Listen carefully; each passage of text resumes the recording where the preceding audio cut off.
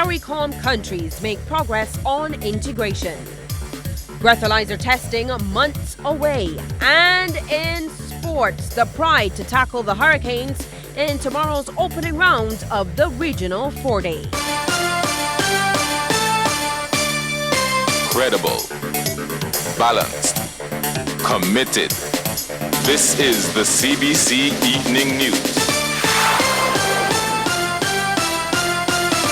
And a very good evening to you. I'm Lisa Lord with the Wednesday, December 5th edition of the CBC Evening News. In our top story, another major step has been taken to advance regional integration amongst CARICOM states. Heads of government who met in Trinidad and Tobago for the 18th special meeting on the CARICOM single market and economy have agreed to deepen cooperation and collaboration between the secretariats of CARICOM and the Organization of Eastern Caribbean States. Now, this is to avoid duplication and maximize the utility of scarce resources. Prime Minister Mia Motley welcomed moves to include as associate institutions representative bodies of the private sector and labor. During a press conference with regional leaders, Ms. Motley said that the most important decisions relate to governance. She revealed that leaders will review how key institutions are working. We believe that there are some institutions, for example, that have added serious delay. There's some that have not been as strategic as we would like them to be, but we need to pause, do the review. The Secretariat will need about 12 months to do that review because there are, over 17 institutions within the region. And we want to make sure that we don't ever invite again a situation where lethargy takes over or delay becomes the order of the day. And a decision was also taken to expand the categories of workers free to move and seek employment within the CSME space. It now includes agricultural workers, beauty service practitioners, barbers, and security guards. Ms. Motley, who has lead responsibility for the CSME, says that some of these professionals are already moving in the region, and CARICOM wants to make it seamless for them. We believe that there are some institutions, for example, that have added serious delay. There's some that have not been as strategic as we would like them to be, but we need to pause, do the review. The Secretariat will need about 12 months to do that review because there are, over 17 institutions within the region. And we want to make sure that we don't ever invite again a situation where lethargy takes over or delay becomes the order of the day. And Prime Minister Motley also inked a multilateral air services agreement, or MASA. It intends to help maximize the economic and social benefits from aviation activities for CARICOM air carriers, consistent with the revised Treaty of Chaguaramas.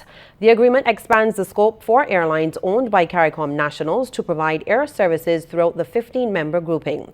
It allows for no restriction on routes and capacity or traffic rights and should facilitate increased intra-regional travel and provide more cargo options for exporters and importers with resulting cost savings. Now, Guyana and St. Vincent and the Grenadines signed on to the MASA in February at the 29th Intersessional Summit held in Port-au-Prince, Haiti.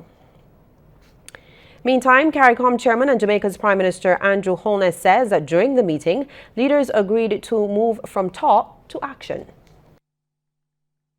My assessment is that the nature of the CARICOM integration movement has changed for the better. I believe leaders have acknowledged that it is now time for action. And the integration movement has taken on a far more practical approach and one that will see more benefits for the people of the region. I wish to point out specifically the energy that has been brought to this new dynamic by Prime Minister Motley and Prime Minister Rowley. And host Prime Minister Dr. Keith Rowley deemed the decisions made at the CARICOM meeting as historic. He notes it appeared at one time that the CSME wasn't possible. I received a text from a union leader this morning, and the text said, "Congratulations with respect to the initiative on the CSME. We thought that was dead." And that was what we were dealing with, because this whole idea of a single market and economy had to be confronted and not just be kicked down the road whenever the CARICOM heads meet. Well, Barbados could introduce breathalyzer testing as early as next year. This has been announced by the Chief Technical Officer in the Ministry of Transport, Works and Maintenance, Cheryl Bennett-Innes. And she was speaking during a town hall meeting on the recent amendments to the Road Traffic Act at the Springer Memorial School. The legislation is now in place for the breathalyzer testing, and the actual devices should be on the island by early next year. Chief Technical Officer Cheryl Bennett-Innes says that Barbados will be using the same limits as those in the United Kingdom. She says the device alone will not be used to determine whether or not a motorist is driving under the influence, as lab testing of either urine or blood may be necessary. The breathalyzer is, I consider it to be, not that we're going to necessarily test you twice every time or whatever the case may be. That was going to be left to the discretion of the police officer. If they seize you sort of like weaving in and out of that, this is with respect to either pedestrians or operator of a vehicle. That police officer can suspect that you're under the influence of either alcohol or some other drug. They will pull you over, stop you, and have you do the breath test. If for whatever reason, shall we say, you're too drunk or too high to breathe properly into the breathalyzer, or for whatever reason, the police officer can, at his discretion, decide to take you to what we consider to be the police doctors, and they will take your sample of either blood or urine for further tests. But the breathalyzers are going to be the first line. The Chief Technical Officer used the occasion to remind insurance companies to inform the licensing authority about vehicles they have written off. She says this is to ensure that unworthy vehicles are not being driven on the road. A few years ago, there were some crashes where the cars literally split in half. And what happened there is that they took one half of one vehicle, another half on another vehicle, and they spliced it together. The unsuspecting owner, or sometimes in some cases they were aware, foolishly or unsuspectingly bought the vehicle, and then it got into a crash. It was obviously not designed to be just welded like that down the middle, and it split apart. Okay, so that's to protect all of our road users. As it relates to fading pedestrian crossings, she says the ministry has limited finances and human resources, but it did embark on a partnership last year with several businesses to get them repainted. We had identified crossings either close to their location, or they had something to do with that particular entity that was near that location, something like that, near the location of the crossing, that they were willing to sponsor. And then what happened is that they purchased the materials, and then we would do the work, and that helped everyone get there. In response to a question from the audience, Ms. Bennett-Innes said that Barbados has too many cars and there is simply too much congestion during peak times. She has again recommended carpooling. And traffic came to an almost standstill around midday today in the area around the Graham Hall roundabout. This cement truck overturned, blocking the road and causing a backup. Police on the scene had to direct the traffic to ensure that motorists could traverse the scene safely. And up to news time, there were no indications as to whether the driver of the truck was injured. Police were kept busy this morning responding to a shooting and stabbing. The shooting incident occurred in Nelson Street, the city, around 5 minutes past 8. 39-year-old Neverland Springer of 3rd Avenue, Long Gap, Spooners Hill, St. Michael was shot in his left calf and lower left foot. Springer was transported to hospital by private transportation. Meantime, the stabbing occurred around 10 at 1st Avenue, Deans Village, St. Michael. On arrival, police learned that 31-year-old Terrell Hines of the area received stab wounds to his neck and he was transported to hospital by ambulance. Anyone who can assist police with their investigations into both the shooting and stabbing is asked to contact the nearest police station. And police are also investigating a shooting incident on Monday night at a football game at the Glebe St. George. Police say that the manager of the Wharton football team received injuries to his eye from splinters of glass shattered by gunshot damage to his vehicle, and no other injuries were reported. Well, government is forging ahead with plans to develop climate-smart agriculture on the island. Agriculture Minister Indar Weir says it will fall under the Farmers Enfranchisement and Empowerment Drive, or FEED program. He says that it will require the buy-in of all stakeholders, including agro-processors and farmers. And so these farmers will be trained in the use of modern technologies so that we can move ahead with the retrofitting of buildings across Barbados that are no longer in use but can be put to good use for vertical farming simply by going through a process of retrofitting. And Cardi, your role in this, as I've spoken to Mr. Clark already, will be to help us put the engineering works in place to make sure that these projects can be developed. And Minister Weir made the comments during an event to celebrate Cardi Day. The event featured a demonstration of a new coconut shredder. The minister says that it will go a long way in reducing the heaps of empty shells along the highway. This to me is very important since Barbados is a tourism destination and it's extremely unsightly to be driving past our highways and seeing the amount of shells that have been left on the verge of the highway. I want to thank Cardi for making sure that we can address this problem.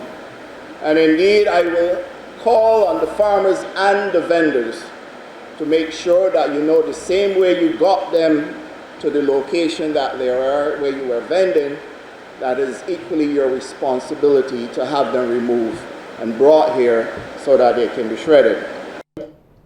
Well, the Luther Thorne School is celebrating its 35th anniversary, and the staff and students are recognizing the occasion in a major way. Yesterday, there was the release of 35 balloons to mark every year the Wildy St. Michael School has been in existence. Former Education Minister and current Ambassador at Large, Dame Billy Miller, opened the school back in 1983. She says that a lot of thought went into the choice of the current location. This Britton Hill, Wildy, Calamarok area was then, way back in the 1980s, and still is now, the most densely populated suburb in the parish of St. Michael. And so location had to be very carefully selected. As the Minister of Health and National Insurance between 1976 and 1981, I had decided to locate the Edgar Cochrane Polyclinic just diagonally across the road from this site, never knowing that one day I would become the Minister of Education. And then when that happened, and I was Minister of Education and Culture between 1981 and 1986, I chose this site for your school. And Member of Parliament for St. Michael South Central, Marcia Cattle, encouraged the students to not only pay special attention to their academic work, but to the friendships that they make. The friendships that you make here, to the friendships that you make not just with your classmates, but with your teachers and with the Parent Teachers Association and with anyone from the community who might interact with you. Because those are all important relationships that help form who you are and your life. The 10th edition of Hennessy Artistry came off over the weekend, and amid all the festivities came a call for peace. Sharika Griffith reports. We have to sweep out violence against our youths. We have to stop it out for youths. Stop it out for women. His message was clear: end the violence and unite. Often referred to as the messenger, roots reggae artist Luciano treated fans to a spiritually uplifting performance, which included hits such as Sweep Over My Soul and Give Praise. From somewhere out there, I hear these voices ringing in my ear. Speaking to CBC ahead of the show, he weighed in on UNESCO's recent classification of reggae as a global cultural treasure. It's been long awaited, and to me, I think that reggae, should be treated and respected long ago in a better aspect and be dealt with. And to see us as pioneers, people who were helping to keep people inspired and encouraged to live a cultural life. It's only an honor that as a messenger and an icon in the business also, that we can really be recognized for our work that we put in. Up next was an energetic set by fellow Jamaican artist Romain Virgo.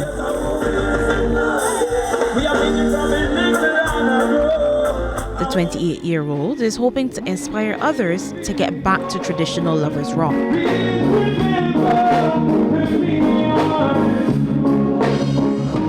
Nowadays you find people who mostly, you could probably call it rap. Most people aren't coming from here anymore. And I think it has to do something with the culture changing over time. And I think, culture, our culture in general, reggae music, dancehall music, whatever genre that is coming out of Jamaica, it's something that goes through a cycle.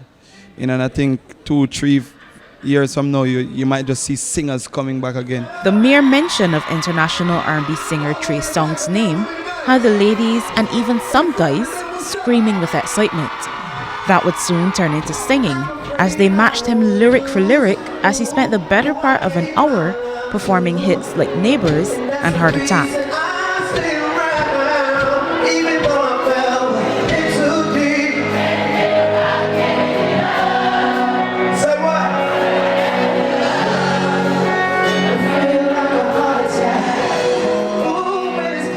Not to be outdone was vintage reggae artist Shabba Ranks, who proved he not only had songs that have stood the test of time, but also the moves to match.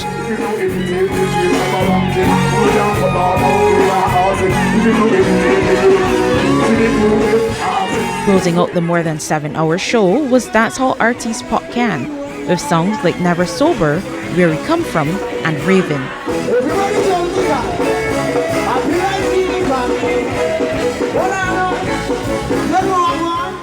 The show ended just after 4 in the morning. Sharika Griffith, CBC News. The 2017 Atlantic hurricane season has cemented just how important integrated climate risk management initiatives are to small island developing states. This from Executive Director of the Barbados Renewable Energy Association, Misha Clark. She was speaking during BRIA's workshop entitled Building Resilience, Fostering Change Towards an Integrated Climate Risk Management Roadmap for the Renewable Energy Sector. She laments that the British Virgin Islands chose not to take part in the Caribbean Catastrophe Risk Insurance Facility and as a result received no assistance after being badly hit by Hurricane Irma last year. Similar disaster-battered jurisdictions like Dominica received quick payments.